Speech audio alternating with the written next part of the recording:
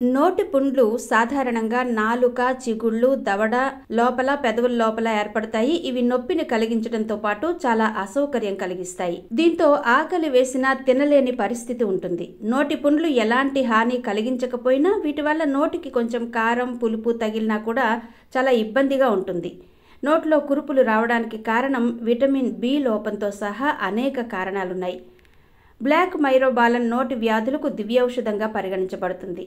దీనిలోని యాంటీబ్యాక్టీరియల్ నోటి అల్సర్లను తగ్గిస్తుంది. టొమాటో రసం తాగితే నోటిలో పుండ్ల మంటను తగ్గిస్తుంది. అంతేకాకుండా టొమాటోలో ఉండే విటమిన్ సి యాంటీబ్యాక్టీరియల్గా పనిచేస్తుంది. చిన్న నల్ల మైరోబాలన్ను మెత్తగా రుబ్బి ఆపై టొమాటోలకు అప్లై చేసి తింటే మంచిది.